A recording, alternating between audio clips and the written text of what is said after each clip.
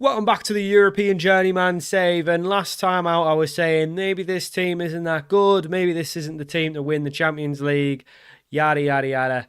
Just ignore everything I was saying. These boys are unbelievable. We've had a change in tactic. And as you can see, it's been very, very good. So we lost to Bayern Munich the last time you saw us. And as you can see, we've won every other game.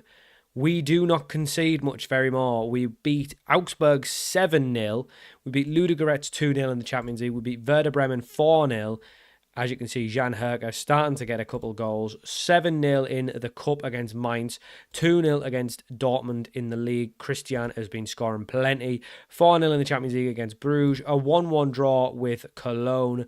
Prince Yearwood has been scoring plenty as well. He has been a regular starter. Leandro Martin's been getting more in the goals as well. A 6-1 win over Freiburg. An 8-0 win over Union Berlin with a first half 5 goals from Yearwood. He might have got more, but we actually subbed him at the half because I just didn't want to break him when he was playing so well. A 4-2 comeback win against Borussia Mönchengladbach with some late winners, and a 3-1 win over then league leaders RB Leipzig, who were one of the teams we lost to earlier in the season. So we're absolutely improved.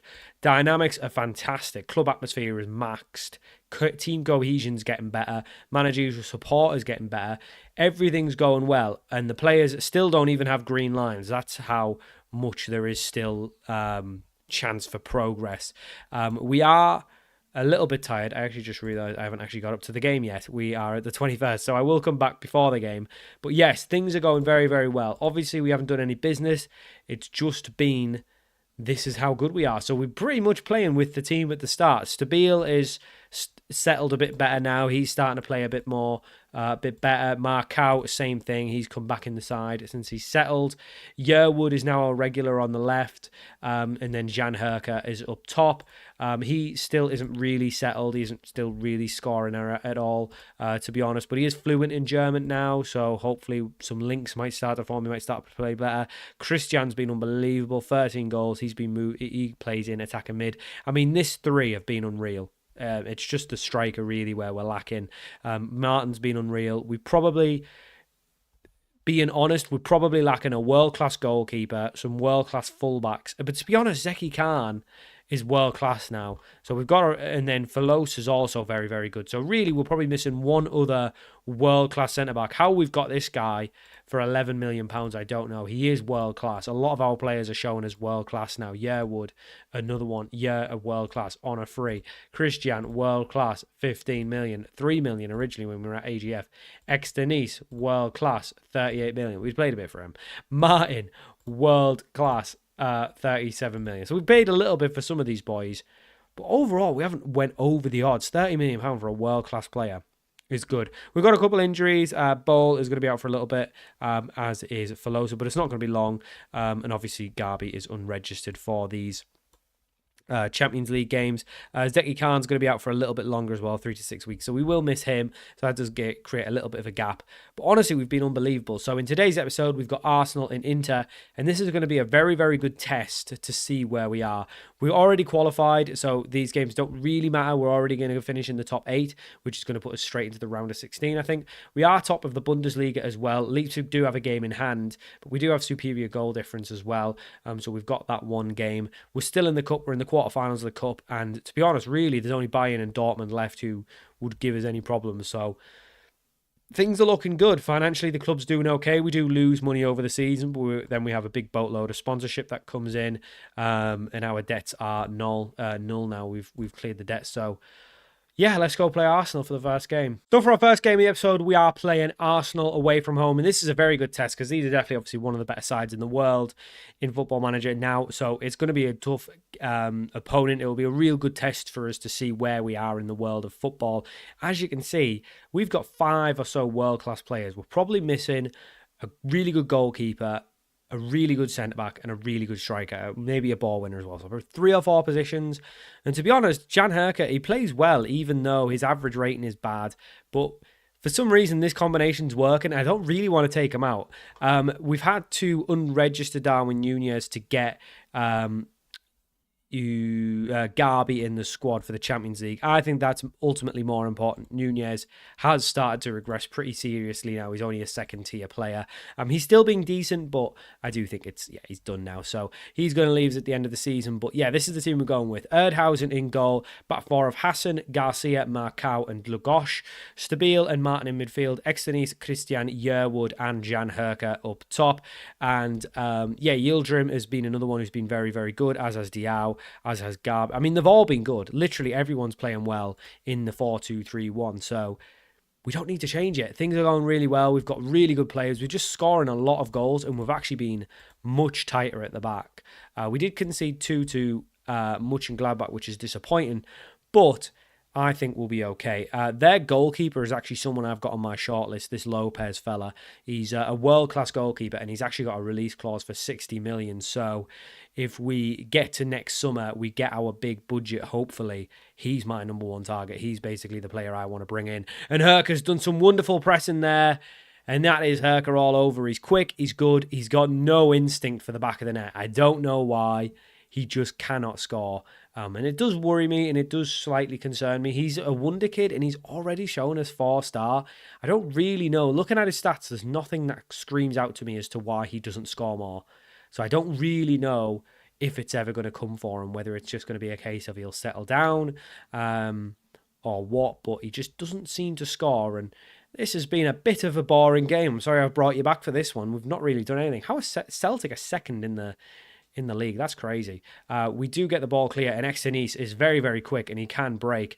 And Extenis has got a player in front of him. It's Jan Herker, so he probably doesn't want to play him in because we know what he's like in front of goal. But we will build up from the back. Garcia forced all the way back to our goalkeeper, Erdhausen, who plays a very sloppy pass into midfield. And this is why he is one of the areas, I think, yes, he's been better than what we had last year with Penders, but he's still, to me, a slight weak spot, and he's thankfully covered himself okay in goal. But it wasn't a mistake. But that just shows you how much better we are at the back, that we were able to cope with that mistake and not concede. 0-0 at the break. It's been it's been a poor start from both sides, really. No one really making anything of anything. We're going to bring Yildirim on up top. It's where I've been playing him. I know he's more of a right wing naturally, but when he's come on up top, he's been brilliant, and he probably would have scored that chance earlier. So we'll bring him on. This comes only 3 days after our Leipzig game, so there are a couple tired players in there. We'll bring Garby on for his Champions League debut, or at least his Champions League debut under us. We'll also bring Asane Diao on the wing as well. I think our attacking four, just a little bit tired, struggling to get through the game, so we'll bring that off. I mean, a draw is not a bad result, but it does worry me slightly that I think this is a team that, realistically, if they're finishing somewhere around 13th, we could get one of these in the round of 16. So you'd like to think we could beat them. We're going to bring Finn Yelch on as well. Ideally, I'd like to make more subs, but we don't have the players. There's a lot of injuries. And obviously, Nunez has had to be unregistered. So if we see this out and it's a draw, it's fair enough. But it could also be the fact that we have nothing to play for. I mean, we've already qualified as a top 8. So perhaps the players know that and that they're just not really giving their all. Perhaps Arsenal are just a good side and they've held us. And we need to be careful not to concede. But Garby, almost, I thought he'd done it, got himself in there. But Saka gets Arsenal forward, looking for an option. Marcao, I mean, that had to be, first of all, it wasn't even a foul. Second of all, that had to be about 10 yards outside the box. What on earth is the referee seen there? There's no way he's giving this. It's going to be no penalty. Yeah, there was no way. It was nowhere near the box. I didn't even think it was a foul. He won the ball. The ball went. So he obviously won the ball. How on earth he's given that, I don't know. But we are still top of the league. So if we do just get a draw, I mean, we've probably had more chance. I mean, it's been a very boring game. I don't think either side's really had a lot of chances, to be honest. But they've not had a shot on target. So if we could have a little bit more, if we could have created that little bit more, we probably win that game. Or if we'd have just put away one of the chances, if Herc had scored his chance early on, we probably win that game. So if that was a first leg away from home, if we theoretically thought of it as like a 2-legged game, and that was the away, a 0-0 away, I'd fancy us to beat them in the home leg. So happy enough with that, and we'll come back and play the Inter game. We were saying we'd come back for this because it's also the end of January. We've done nothing because we have no money. We don't really need to sell anyone. No one's really that wanted. I mean, a couple teams want our players. I mean, Madrid want Hassan. I mean, if they want to pay a boatload for him, they can probably have him because he's kind of just a rotation player for us. But yeah, no one's really wanted. We're not really bringing anyone in. We have done some pre-contracts though, so I'll show you those while we're here. Vicente Raposo is a 19-year-old French wonder kid. He's a deep line playmaker. He's obviously got a lot of room to grow being a wonder kid. He's only a good Bundesliga player, but he'll definitely grow. He's been playing for Le Havre in Ligue 1. Not doing too well, but he would just be a bit part player for us. Maybe even go out on loan. Gabriel Diaz is probably going to be a better deep line playmaker. He could also play in behind as well, so he could be an option there. He could also be a deep line playmaker, which I think we are a little bit light on. I think if we retrained him to be a DM, that would be ideal. He's a 25-year-old Colombian, was out of contract at Liverpool. He's already a leading player. How he's not playing in the Prem, I don't know. He looks very, very good. He's another one. You bring him in, you get him in a good bit of form, and he'll probably show as world class because, I mean, yeah, look at these stats. He's unbelievable. So how he's not playing more, I don't know. We've got him on a free. Great sign. And then Karim Adeyemi, he's basically going to be the Nunez replacement. The good thing is he's German. He's homegrown in Germany, so he is going to count for that stuff. He's joined us on a 1-year deal, I think. Again, he's going down a little bit, but I still think as a backup winger, striker, probably striker, backup striker to play up top. Yeah, I think it's a good sign. And if he was German, I might not have bothered. But yeah, probably a 1-year deal, I think. And these lads are on probably longer deals. I don't know exactly what they are. I can't remember. But yeah, 3 players join us. We do have to be a little bit careful with registration. We don't have really a lot of German players anymore. We still have, obviously, Finn Yelch. We still have Zeki Khan, who's home, even though he's Turkish, he is homegrown at club and country. We've got, who else? We probably need our backup goalkeeper to be German, so we probably need to look at that. I think, is Jan Herker going to actually, no, he's not going to be young enough for it. I don't think Christian is either. No, they were too old when they joined. But you, how old are you? 22, no, way past it. Hassan, I think, is homegrown as well. No, he's not. Oh, Hassan isn't homegrown either. I thought we had more homegrown players. Maybe this is the problem. Yeah, I thought we had more, but I guess we don't. Eric Bull, definitely not homegrown. Yildirim? Maybe? Were you homegrown? No. So this is probably the problem, is that we have too many players who aren't really homegrown anymore. We had Banasic, but he was complaining he wasn't getting played. And, I mean, yeah, fair enough, he wasn't. So he's went out on loan to Rennes in Liga 1 as well. I don't know if I covered that one, but yeah, other than that, youngsters-wise, we've got this goalkeeper who looks very, very good. So, I mean, whether we finish the save or not between him becoming a really good goalkeeper, I guess. I would imagine he's going to be one of the better goalkeepers in the world, looking at his potential. Already, I mean, for a 16-year-old to have 15 one-on-ones is mad. So I think he's a very good player, but again, we're just waiting for him. Other than that, there's not really anyone else. Hesse looks okay potential, but he's already 18. He's still only a regional player. You'd like him to be 3rd or 2nd tier by now if he was going to play for us. So we'll see. We'll see how they grow, but we'll keep an eye on it. So yeah, we'll go progress and we'll go play Inter for the second game. So for our second game of the episode, this is the team we're going with. Erdhausen in goal, back 4 of Hassan, Garcia, Marcao, and Filosa comes back into the side. The rest of the side is the same. Stabile and Martin in midfield, and a front 4 of Extenis, Christian, Yearwood, and Herker. We believe in Jan Herker. We believe in Jan Herker. I do think he'll come good. It's just a matter of time. Maybe he'll never come good. Maybe Karim Adeyemi will be our big top scorer next year. But Inter Milan in the Champions League, like I say, we already guaranteed top 8.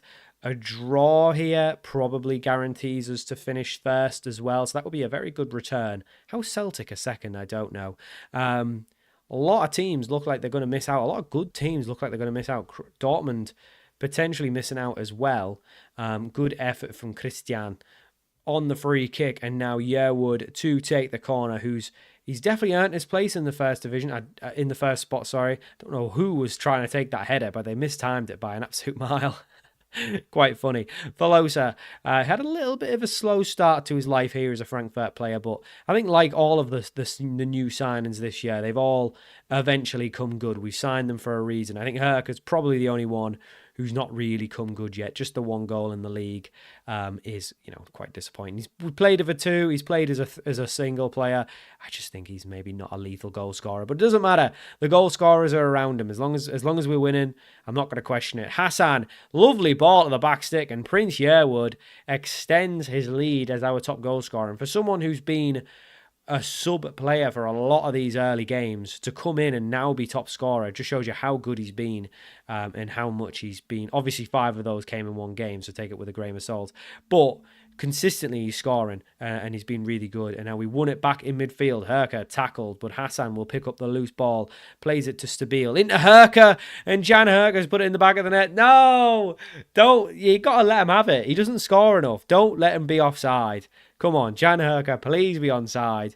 Oh, Jan, the one time he's actually finished it, he's offside. It must have been tight. It didn't look, I didn't see it really, but it looked like it was tight. But unfortunately, Jan Herka's his effort has been ruled out. And that's a shame because, like I say, I want him to be good. I believe in Jan Herka, but he's not helping himself. If we can find a proper striker in the summer, then he might be a bench player. But I believe in him. I don't let him hear that. I think he's going to be terrific. He just needs to start doing that, but doing it onside. Anyway, Filosa whips into the back stick. Externise tries to get there, but doesn't really. And Yearwood will try to pick up the loose ball. We're looking a little bit slow here, but Christian finds well, I don't know what happened there. We won the ball in a great position and made absolutely nothing for it. I was gonna say he found Externise, but he didn't. Hassan into Externise, what a signing he's been, by the way. And Christian from attack and mid finds himself in. When we played these two as a 2 up front, neither of them could hit a barn door. But for some reason, playing Christian in behind, which is odd because we played him in behind when we first signed him, and he was rubbish. He couldn't hit a barn door. Then we played him in a 2, and he was a little bit better. And then we dropped him back to attacking mid, and now he's a revelation. So I don't really know how that works, but we won't question it. All we were scoring with last season was Darwin Nunez. But now it seems like it's working a treat. We will bring Yildirim on. He needs some game time. We'll also bring Asane Diao on the right-hand side. Garby can come on down the middle. Happy with the performance. 2-0 win. Yeah, I mean, we're already qualified, so at this point we just need to get some fitness into the boys because all these lads are going to play an important part for this second half of the season. So we need to make sure they're all fit, and that's a terrific interception from Garcia, definitely being our best centre-back. Again, took a little bit for him to settle. I mean, that was a bit poor. But since he's settled, he's been terrific. I do think Marcao is not nailed on as the other centre-back, but it seems to be working for now. I mean, I like Eric Bowl as well. He's just a little bit shorter. Probably not as good. Marcao is like 6'5" with a lot of jumping reach, so the chances of him scoring from a corner are increased. And that, honestly, to me, that might be worth someone who's slightly worse at the back line. I think Yearwood's offside for this one. But is more of a threat from a corner. So if him and Eric Bowl are kind of neck and neck, really not too different at the back, but he's that much bigger. He's more, I mean, he's already got 3 goals in about 15 or so games. Yeah, he's going to get his spot. We started with him. He had a couple poor games, lost his spot, but like the legend he is, he's back in. And yeah, I mean, Yildirim had a very hot streak of scoring lots of goals, but he has struggled to probably nail down a first team spot. He is probably a right winger by trade, or he's definitely a right winger by trade, but Externise is just too good. He's not lethal Externise, and they're in behind. That's a good save from Erdhausen, to be fair. I'm talking about replacing him, but he's not really done too much wrong since we've had him. Penders was definitely a weak spot, and we replaced him with Erdhausen. We were considering spending a lot of money on a Vega or something, and he's went to Dortmund actually, and he's only been okay. So I think we did well to get Erdhausen, who, to be honest, I think, did we get him from Mönchengladbach? Whoever we got him from, it might have been Freiburg even. It was definitely one of the black and white logo teams. He's not done much there. Rasmus Højlund, I mean, he can't find the back of the net. I don't know why. I don't know where this is getting from. Maybe with a bit of service he can. Anyway, 2-1. That was a bit poor from us. I think it might have been Hassan who gave the ball away. Garby over the free kick. I mean, that was a decent effort. Forced the Inter goalkeeper to put it over. But yeah, besides the odd bit here and there, for £10 million, he's been a terrific signing. Obviously, we spent a fair bit on a couple players. But then we've also got like Yearwood on a free. Garby on a free. These are good players. Jan Herka, £1 million. I mean, he's literally had a £1 million goal so far. He needs a second goal, so it's 500,000 per goal. But At this point, I would give him $1 million if he just scored every goal. No, I wouldn't do that. I would not give him. Maybe we'll give him a new contract with a big, massive goal bonus and see if that spurs him on to score. I wonder if that actually would make a difference in the engine if the player knows they've got a big goal difference. I don't think it would. A goal bonus, I mean. I don't think it would because that would break the game. You could just offer them goal bonuses to get better, to get them scoring more often. But it's an interesting thought. We'll bring Finn Yelch on and we'll bring Dlugosh on as well. Both boys, just a bit of game time. It's 2-1. If we don't win the game, we don't win the game because we made changes that weaken us. That's fine. I'm accepting that. I'm happy enough with the results as it is. I've seen the performance with our actual first 11. I'm happy enough with what I've seen. Yildirim not really done too much since he's cornered up top, and now Inter have got themselves a corner. What I don't want to do is lose the game because I don't want any negative. I thought we gave a penalty away there. It was offside. I don't want to give anyway any morale because morale's been top, and I think we all know if you play enough Football Manager, morale can fix a lot. And Diaw's done well there. It's a great ball in from Yearwood. He doesn't just score this boy, he can assist as well. Why Man City let him go on a free? There is some very, very questionable business being done in Manchester City. And they are... Where are they? Were they not in this? Are they not in the Champions League? Wow. I mean, no wonder. Unless I just can't see them, I'm being blind. They don't appear like they're in it.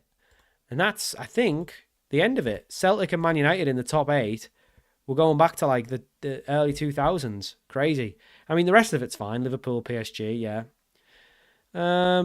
Okay, it looks like City aren't in it, so they must have missed out, which is crazy. Oh, my boys AGF did not qualify. They gave it a go. Oh, they were only pointing away. What were the results like? I mean, it's not terrible. Maybe they should have beat Club Brugge instead of drawing, and that would have got them through. Yeah, that seems like the poor result. Maybe not beating Porto, but they're a good side. Yeah, they're not a bad side, so I think it's the Club Brugge result. Anyway, we don't need to worry about what's happening at AGF. All we need to worry about is what's happening at Frankfurt, and what's happening. I don't know. Can we win the Champions League with this team, or are we a couple players away? I think we could win it. I don't think there's it's whether we will. See, I think Real Madrid and Barcelona are both very, very good sides. I think nearly every position for them there'll be a world-class player. Same with maybe like PSG. So that kind of worries me. But I think we could definitely beat Celtic. I don't know how they're so good. I think we can beat Man United. I don't know. I just don't know enough about the sides. Yeah. I mean, ideally, we get someone like Slavia Prague. That would be brilliant. Oh, it's not actually over yet. There's still teams to play. I mean, who's qualified? If we got like a French side, I think we'll be okay, bar PSG. I mean, we're not going to get any of these, so we are going to skip those. I think that's how it works. So it's like, we play whoever wins their playoff. So I don't want Barcelona or any of that lot. But yeah, so that's where we'll come back for. We've obviously qualified, so we'll come back for the round of 16. I don't know where that'll be. We'll come back for the second leg and probably like a league game or maybe a cup game. I don't know. We'll just see where it comes up, but it should be quarterfinal, round of 16, somewhere around here probably. So we'll probably come back for a league game and the second leg of the round of 16. And then once we get to the quarters, if we get to the quarters, fingers crossed, we'll do both legs in one game, provided there's not a massive gap. We'll figure it out. We don't need to think about it too much. We'll be back for the round of 16 in some capacity. So thank you for watching. Hope you enjoyed this episode of the European Journeyman, and I'll see you all for more very soon.